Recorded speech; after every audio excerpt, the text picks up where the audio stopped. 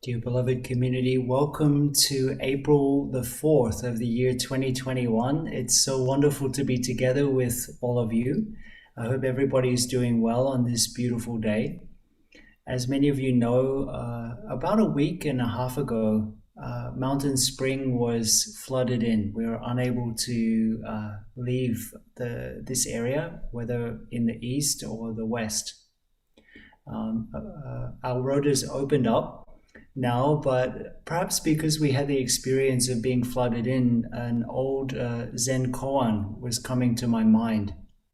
Many of you will be familiar with this story, the story of a person being chased by a tiger who grabs onto a vine and jumps off a cliff to save their life. When they look down below, they see a crocodile waiting to eat them.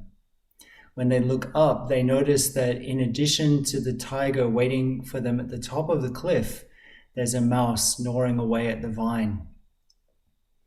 Suddenly, though, when they look off to the side, they see a wild strawberry bush nearby, and they pluck a ripe strawberry from the bush. That strawberry is so sweet. There are so many moments in our life when moving forward in our usual conceptual sense is not possible, and moving back can't be done. But also, it's not possible to remain in one place for very long, since life is impermanent, as much as we rail against that natural fact of life. So if doing something is impossible and not doing something is impossible, what is to be done then? We usually think of solving our problems or our issues or moving through life in terms of doing something or not doing something. Our tendency is to apply this same mindset to our practice also. Our practice becomes another project, something that we do, a set of carefully crafted techniques, which, if we're not careful, spring out of our grasping, our avoidance,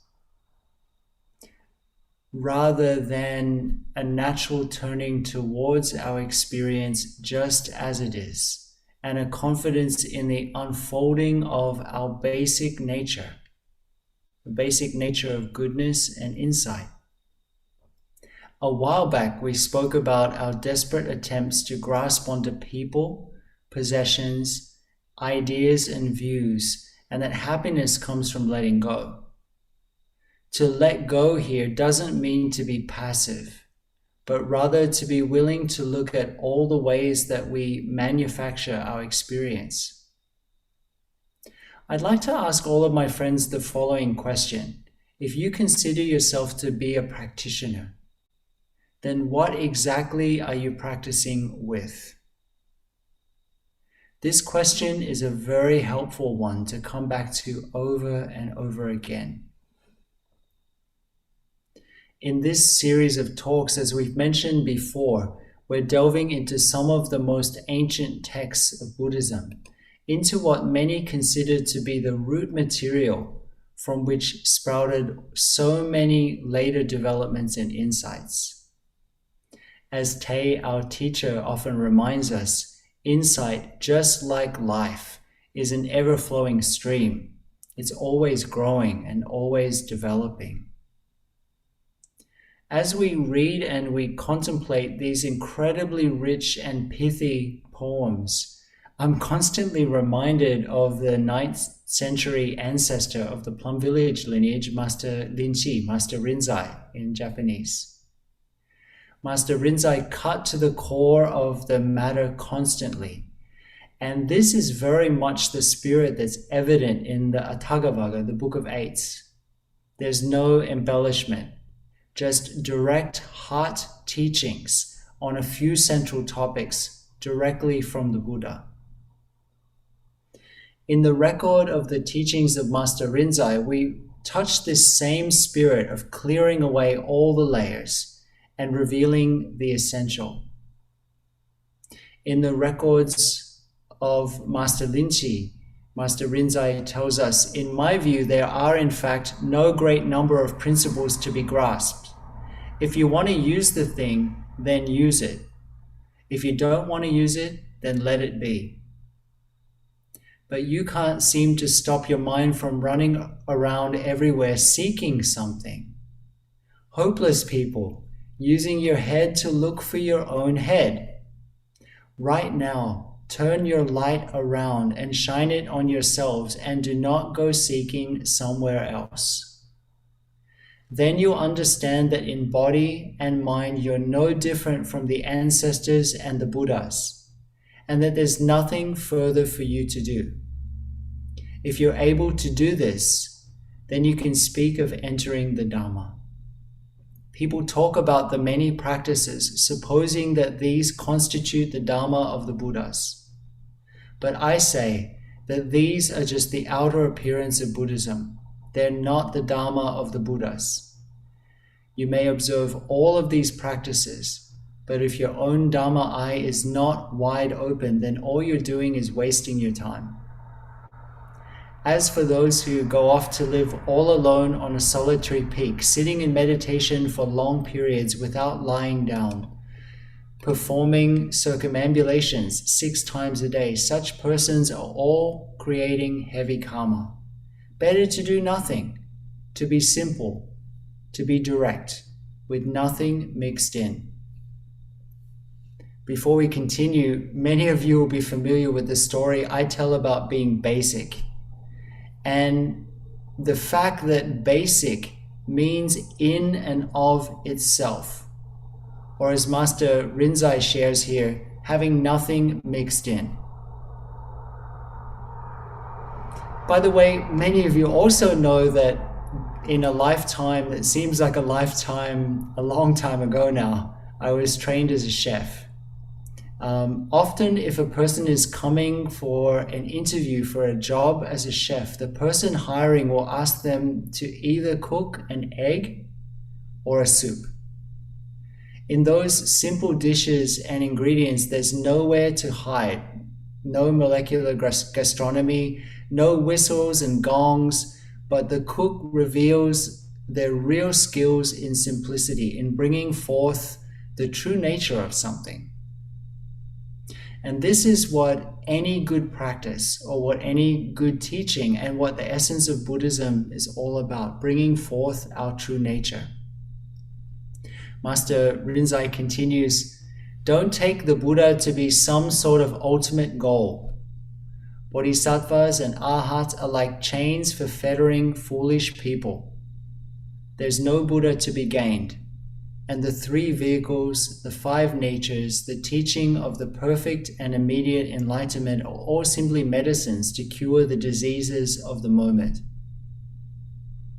Many months ago, I told the story of the Lotus Sutra in which there's a house on fire, and in order to lure his children out of the burning house, the father calls out, "Come out here, I have got all of these toys for you." This is the spirit of Master Linchi in the records of Master Linchi. I would take it one step further than just saying, "Come out here, I have all of these toys for you." I would think it would be important for us to ask ourselves what we consider to be our sicknesses and diseases, what we each need to look into in order to understand and to heal. Master Rinzai continues in the last little excerpt that felt appropriate when reflecting on the poem this evening. He continues, even if you can understand 100 sutras and commentaries, you're not as good as one simple practitioner who does nothing. As soon as you acquire a little of such understanding, you start treating others with scorn and contempt, vying and struggling with them like so many asuras, blind by ignorance of yourself and others, forever creating karma. When you get hungry, eat your rice. When you get sleepy, close your eyes. Fools will laugh at me, but the wise will know what I mean. Let's enjoy a sound of the bell.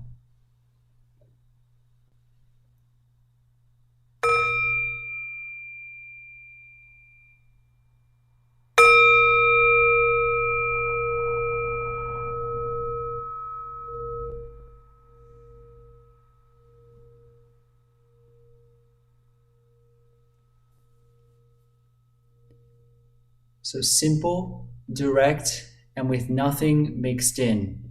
It's the basic aim of a practitioner. It's also the basic orientation of the Book of Eights.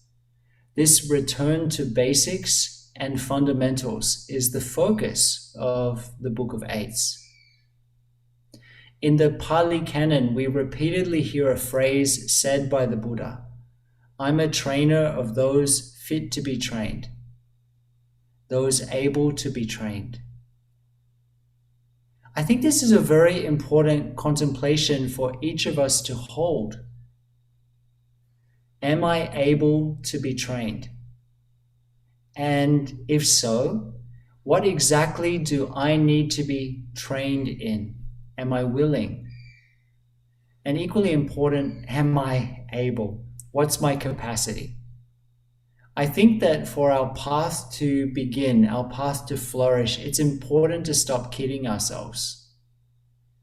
So if we consider the questions above, then I think it'll be helpful to consider which areas of my life, if any, am I actually unwilling to train in at this moment in time, unwilling to let go of. Our meditation practice is a training.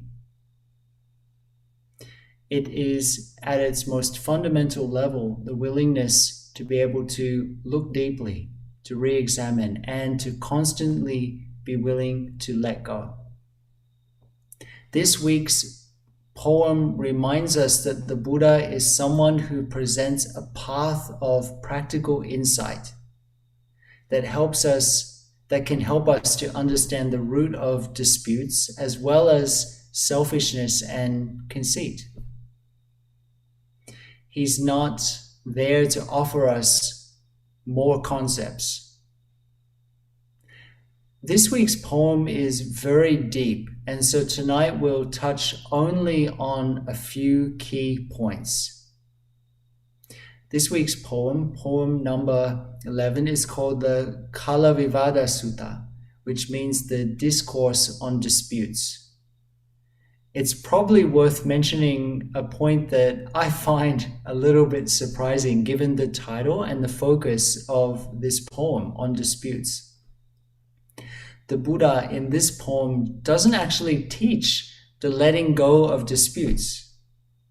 How come? Perhaps because the Buddha is sharing the qualities in this poem of someone who is already free. So then they can't get caught like we can. This poem also raises the interesting point that was touched on in an earlier poem and in an earlier talk, that funnily enough, many of us mistake conditioned experiences for spiritual awakening. It might be helpful to explain this in a more simple way. We tend to mistake our likes and our dislikes, particularly our likes, as spiritual progress. Likes and dislikes, pleasant and unpleasant, and so on, are pairs of opposites.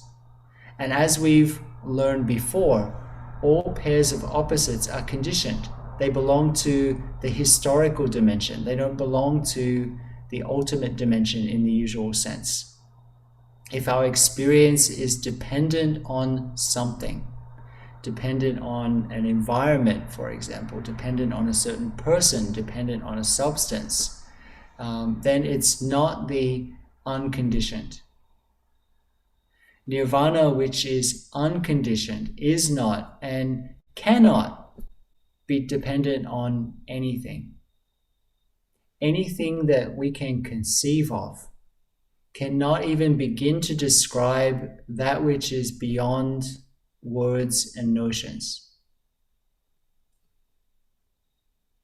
So this poem is organized as a series of questions and answers, and as the poem continues on, ever deeper layers are revealed. And these layers mirror interdependent co-arising, or as it's often called, dependent origination.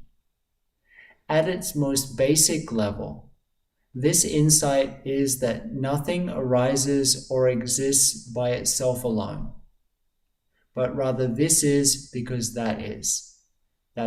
This is not because that is not. Let's listen to this week's poem in its entirety, and then we'll return and consider a few key points. So the poem begins with a questioner who approaches the Buddha with a question. From where have there arisen quarrels, disputes, lamentation, sorrows, along with selfishness, conceit and pride and divisiveness? From where have they arisen? Please tell me.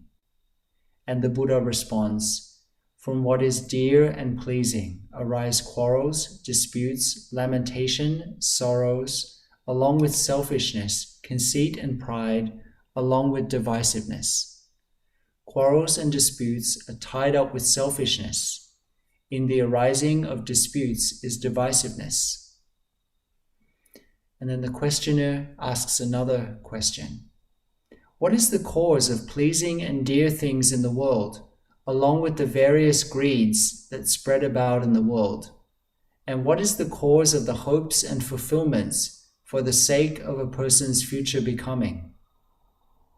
The Buddha responds, desires are the cause of things dear and pleasing in the world, along with the greeds that spread about in the world. And it too is the cause of the hopes and fulfillments that a person has about their future becoming. Our friend asks another question. Now, what is the cause of desire in the world? And from where have there arisen judgments, anger, lies, and doubtfulness, and all the qualities described by the great monk? The Buddha responds, it's by depending on the pair of opposites called pleasant and unpleasant by worldly people that desire arises. Seeing the becoming and non-becoming of forms and appearances, a person gives rise to judgments, evaluations, and interpretations in the world. When pairs of opposites exist, so do anger, lies, and uncertainty. A doubting person should train in the path of knowledge, for the great monk has declared the Dharma after having known for himself. And then our friend asks another question. What's the origin of pleasant and unpleasant, and in the absence of what do they cease to exist? And what is meant by becoming and non-becoming? Tell me, where is the cause? The Buddha says, contact and touch is the cause of pleasant and unpleasant. When contact is absent, they cease to be. And this too is the cause of becoming and non-becoming. Our friend asks another question. Now, where is the cause of contact in the world? And from where does grasping arise? With the non-existence of what does grasping not arise? With the non-becoming of what does selfishness not occur? And the Buddha replies, contact is conditioned by name and form, appearance. Possessiveness and grasping is caused by repeated longing. When longing isn't, mineness does not exist. When form is no longer, contacts don't touch.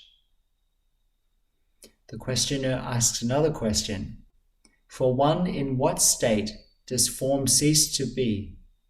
How do pleasure and pain disappear? Please tell me this. My heart is set on knowing how they cease to be. The Buddha says, one not perceiving concepts nor false concepts, not non-perceiving nor perceiving what has disappeared. For one arriving at this, form disappears. For objectification, classifications have their cause in perception. The questioner responds, whatever I've asked of you, you've explained. We ask one more thing. Please answer. Do some of the wise say that purity of spirit is just for this life, or do they say that there is another beyond? And the Buddha responds, some thought of as wise do say that purity of spirit is just for this life. But some of them who say they're skilled Say it occurs at the time when there is no clinging remaining. Knowing that these are dependent on views, having known their dependence, the investigative sage no longer gets caught in disputes. The wise one, being fully liberated, no longer meets with becoming and non-becoming. Let's have a sound of the bell.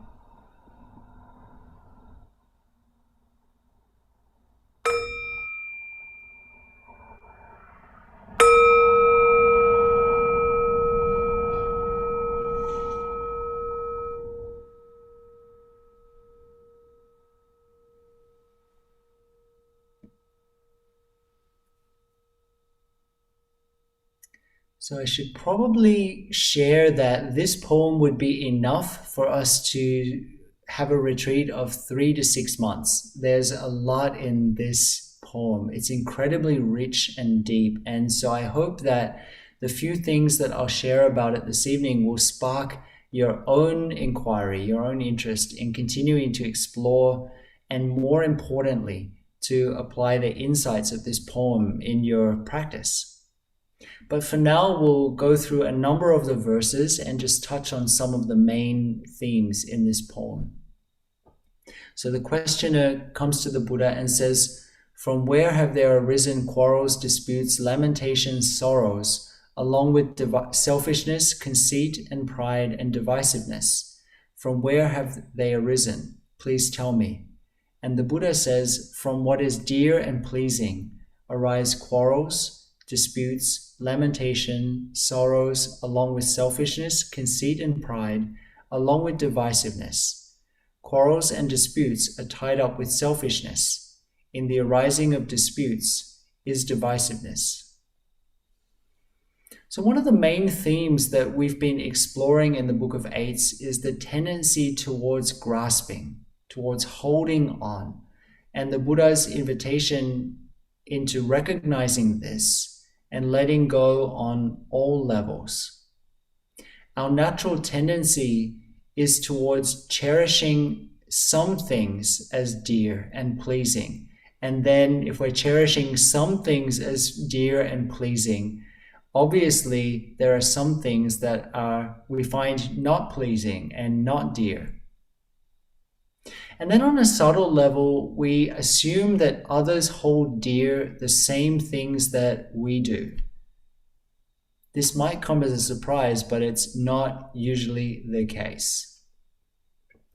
In the last talk, I shared about how I found it helpful in my own practice to notice what self I'm conceiving and creating in each moment, and also which position of self I'm responding from. And in this verse, there's another related practice that I've also found is a helpful and concrete way to approach this practice, especially if we're feeling a sense of rigidity in our response in a particular moment. I've also found that this reflection opens a sense of spaciousness, of compassion, of what am I holding dear or considering as unpleasant in this moment? And is this the same for the other person? What's my frame of reference? Here in this verse, when the Buddha uses the word selfishness, he's not just speaking about someone who takes the last piece of tofu at a group lunch, but the tendency towards selfing or selfishness in relation to each moment. Or on a deeper level, each sensory contact, each sensory input, of defining ourselves and firming up a rigid sense of self with regard to each sensory input. So the questioner then continues, what's the cause of pleasing and dear things in the world, along with the various greeds that spread about in the world? And what is the cause of the hopes and fulfillments for the sake of a person's future becoming? Our questioner here is a sharp practitioner. They want to get to the root.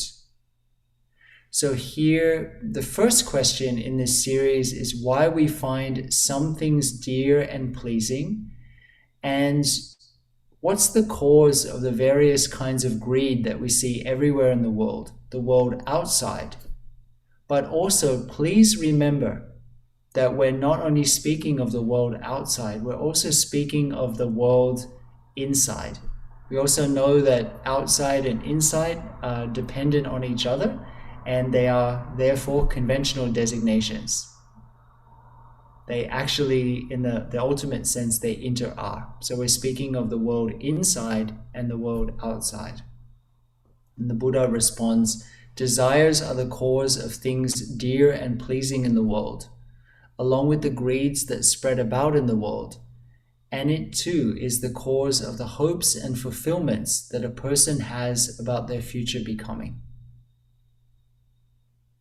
So desire, or tanha in Pali, is an important thing to understand, and especially the three forms of desire, which are listed as the root causes of our dissatisfaction, our dukkha, our suffering and pain.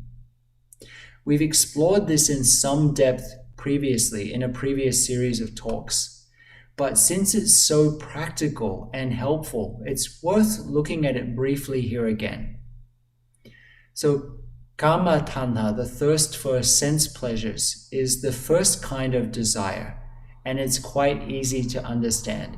This kind of desire is searching for happiness or fulfillment through sense pleasures, a pleasant sound, a pleasant sensation, a pleasant taste, and so on.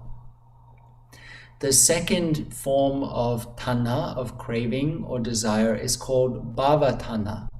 We contemplate the feeling of wanting to become something, anything really, other than what we are right here and right now.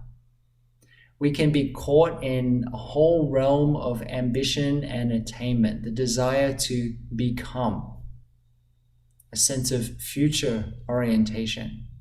For example, I want to practice meditation so that I can become enlightened, and so on.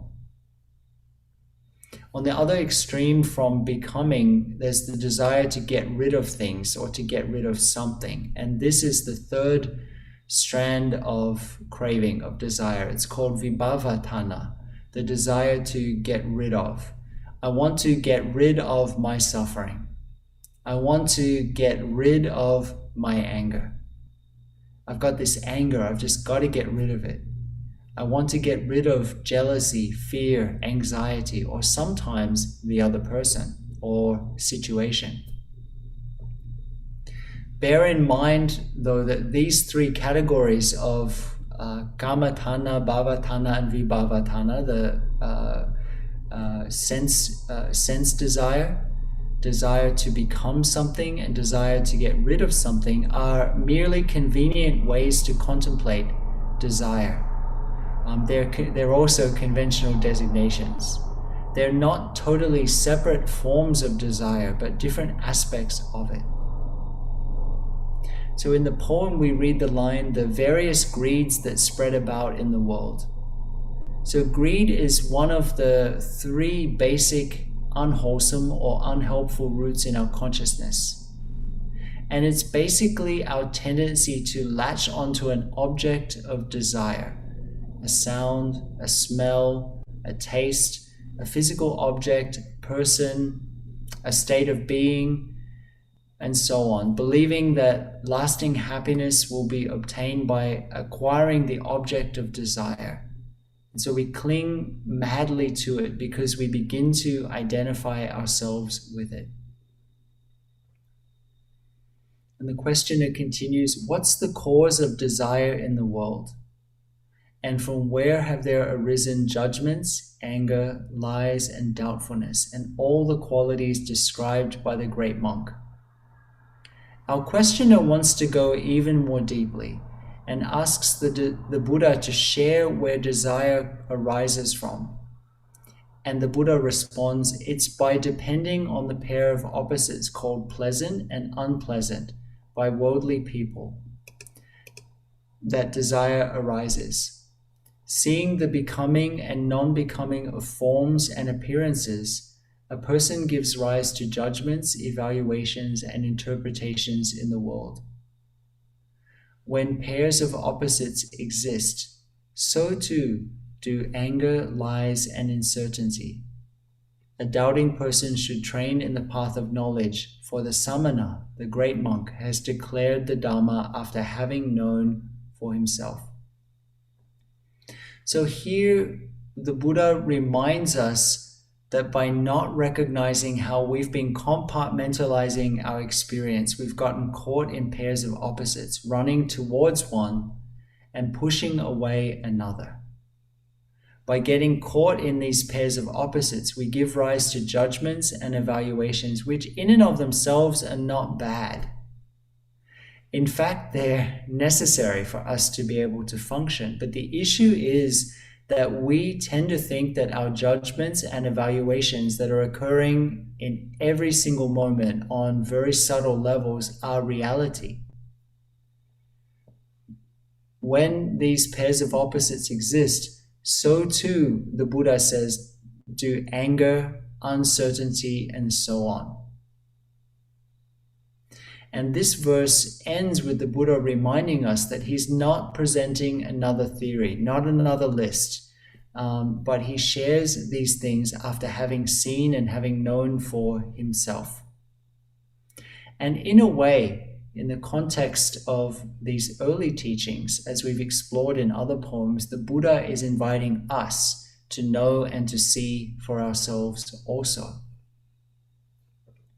The questioner continues, what's the origin of pleasant and unpleasant? And in the absence of what do they cease to exist? And what's meant by becoming and non-becoming? Tell me, where is the cause? And the Buddha responds, contact or touch is the cause of pleasant and unpleasant. When contact is absent, they cease to be. And this too is the cause of becoming and non-becoming. Our questioner is relentless, but also a very sharp practitioner. They ask what the origin of pleasant and unpleasant are and how they're fed. The Buddha explains that it's through contact that the notion of pleasant and unpleasant arises, and that they cause becoming, as we've explored before, and also non-becoming, abhava. So contact here is a translation of the Pali word phassa, which literally means touch. By touch, we mean the contact or the touch between what we call a sense base, for example, our eyes, our ears, our nose, our tongue, our body, and our mind, and a sense object. For example, for the sense base ears, the object is sound. For the sense base tongue, the object is taste. For the sense base of mind, the object is thought, and so on. In addition, there's a consciousness associated with each of these sense bases. For example, the eyes have a kind of consciousness that we call eye consciousness, and the ears have a kind of consciousness that we call ear consciousness, and so on. Let's take the example of a smell. Imagine that you're sitting on the sofa in your living room. Some of you are. Resting on the table is a freshly baked apple pie or some scones or whatever is present for you. I'm thinking of this because at this season right now in this town of Bilpin, there's apples everywhere. In fact, even apples from the garden behind Mountain Spring here. Every now and again, the fragrance of apples reaches our nostrils, or in this example, reaches your nostrils, and is strong enough for you to consciously register it. To use the metaphor above, this is the first contact, the first touch. But this is not normally the end. If the contact is strong enough, it tends to spark a whole series of events. With most sense impressions, we have conscious or unconscious associations that can be pleasant, can be less than pleasant, painful, or neutral.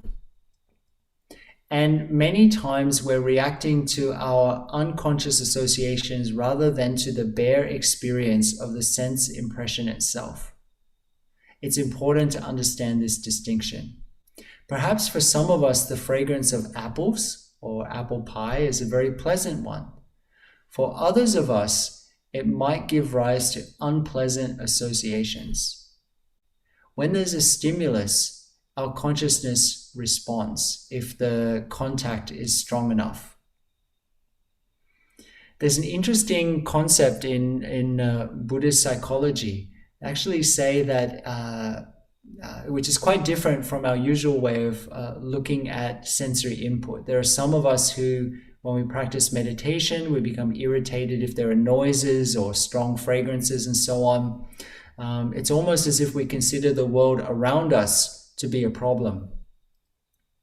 In one aspect of Buddhist psychology, they say it's our mind, our sense basis or sense consciousnesses are always searching for contact. So from these roots of thirst, of craving, the eyes are looking for sights, the ears are searching for sound, the tongue is searching for taste, the mind is creating thought, and so on. So in a way, this is a very interesting medicine, since particularly if we relate to the world around as a problem in our meditation. Oh, these noises, they're a problem, and so on. It can be interesting to consider, well, maybe my ears are going out searching for these sounds. I'm the one creating a problem. Sound is just sound. Taste is just taste. Sight is just sight. I'm the one that's latching onto them. So basically, a split second after a sense base interacts with a sense impression, a subtle or less subtle shade of feeling arises. It might be a pleasant feeling, a painful feeling, or a neutral or mixed feeling. But it tends to be instantaneous and it colors our sensation. Some sense impressions are very clearly linked to unpleasant feelings. For example, if somebody comes into a room, let's imagine that we're all in a classroom and there's a blackboard. I realize I'm dating myself with this example. I don't think there are that many blackboards in classrooms these days. They tend to be whiteboards or smart boards, but I was going to school in the 80s, so it is what it is. So let's imagine we're in a classroom and there's a blackboard and somebody comes in. Every one of us went through this. There was always at least one person in the class who thought it was funny to come in and scrape their fingers down the blackboard. And if we imagine that, even right now, that person coming in and scraping their fingers down a blackboard, most of us will have a very particular visceral, unpleasant reaction. Very few of us enjoy that sound. There are other sounds, tastes, and smells that will give rise to a pleasant feeling. Again, it's very different and subjective for each one of us. However, many of these experiences are so subtle that they impact us below the level of our conscious awareness.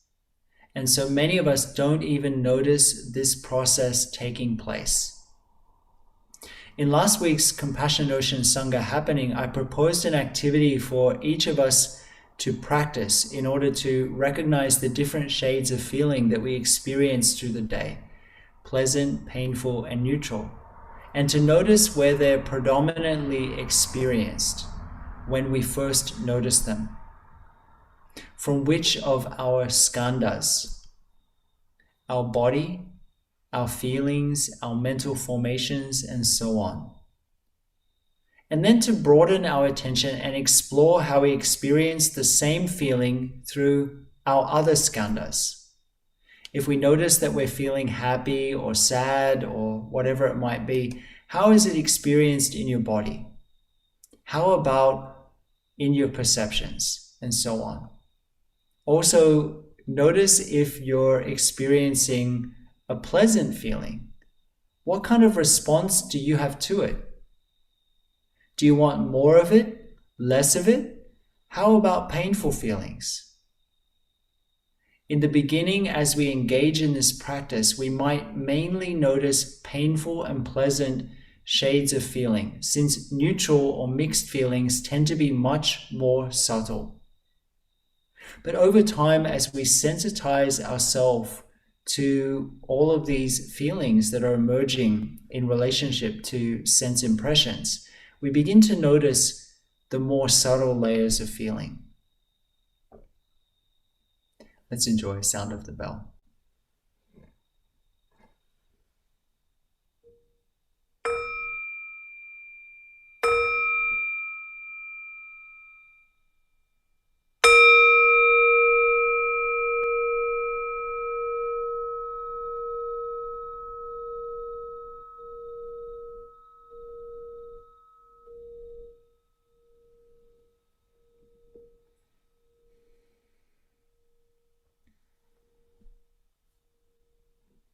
From this point on, the remainder of the poem is an approach to applying the insight of interdependent co-arising to a situation.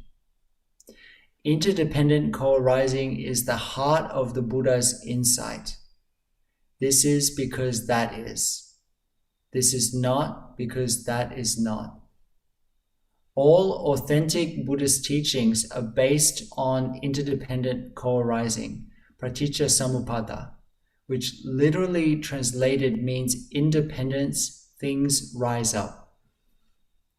With this insight, we begin to understand that everything arises due to a multitude of causes and conditions. Usually we think of cause and effect as distinct, but with the eyes of interbeing, we see that a cause is at the same time an effect, and an effect will be the cause of something else.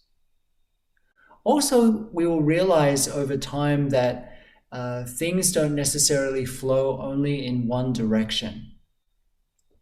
They can flow forwards and backwards at the same time. Dependent origination or interdependent co-arising is a rich, deep, and profound insight that manifests inwardly and outwardly in every moment. We could spend our entire lives exploring this topic. In fact, that would probably be a very good use of our time. Although in the text, depending on the situation, different numbers of links have been presented, the most common formulation is the 12 links.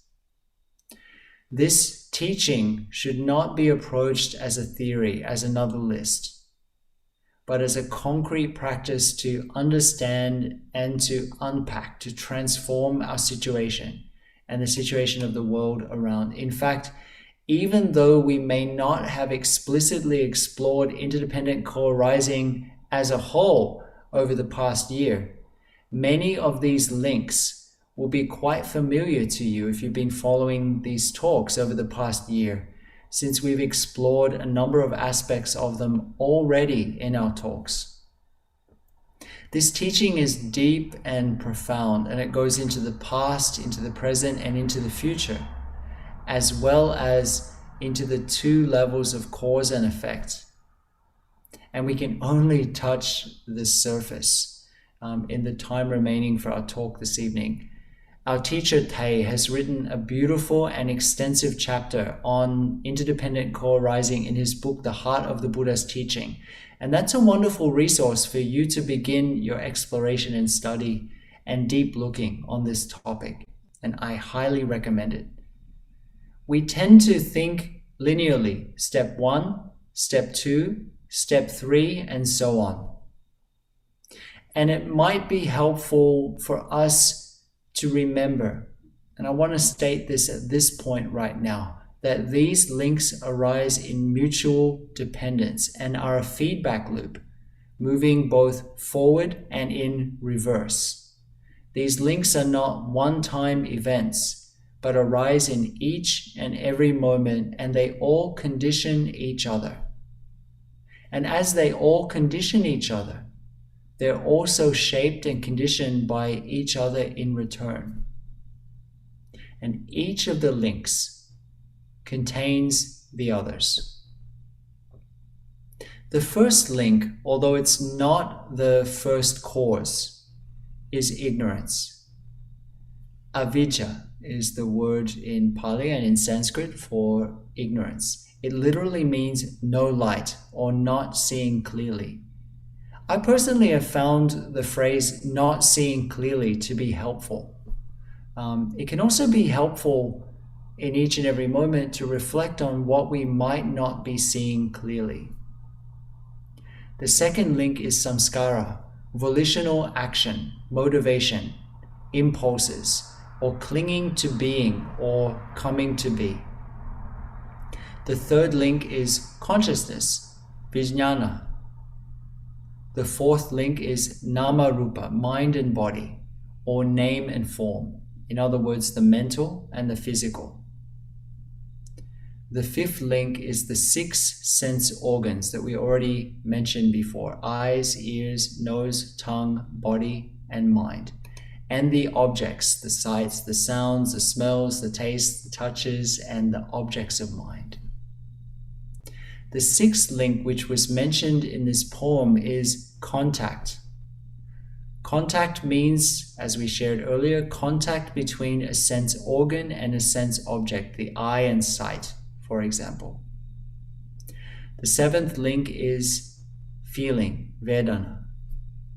Pleasant, unpleasant, or mixed. Basically, whenever our senses come into contact with a sense object, a feeling arises, a feeling tone arises. I've given a little exercise about this earlier in the talk, and I hope you'll try it out over the next couple of weeks.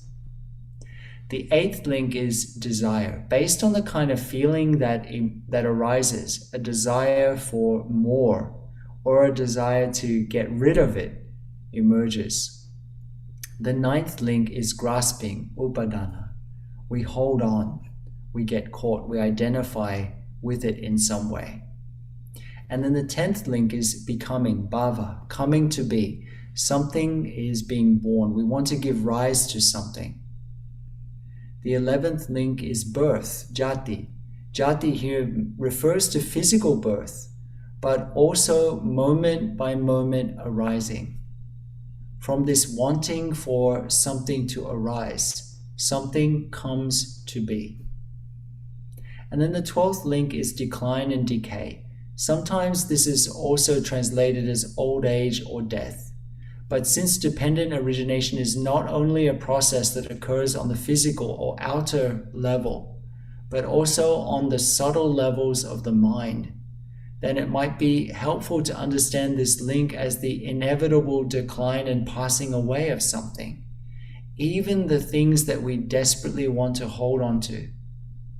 And this link brings us back to another cycle. If we want to understand this collective and individual round of samsara, this round of dissatisfaction, then an understanding of this process of coming to be, of dependent origination, interdependent co-arising is essential. And so this poem this week introduces us to this core teaching of the Buddha. And I hope that you will spend some time in your practice to reflect on interdependent co-arising and see how it manifests in your own experience, even in a very simple way, since that understanding will take us very far. And I really recommend reading Tay's book, the chapter in Tay's book, Heart of the Buddha's Teaching on Interdependent Co-arising. It's a wonderful introduction. So dear community, you can see that there's so much in this week's poem, so much to explore. And we'll continue to explore many of these themes and teachings as we continue through these series of talks on the Book of Eights. So I hope that you have received something beneficial this evening. It's certainly been a delight to be together with you. will end with 3 sounds of the bell.